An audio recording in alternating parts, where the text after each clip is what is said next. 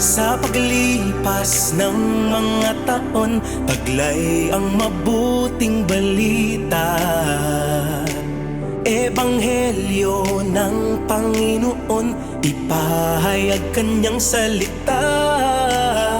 Hanggang sa dulo ng daigdig, iparating ang pagmamahal. Hanggang lahat ay makarinig, si Kristo ang itatanghal. Sa bawat sulok ng mundo, sa lawak ng papawirin, sa bawat lahi ng tao, sa tayog man at sa lalim, si Kristo ang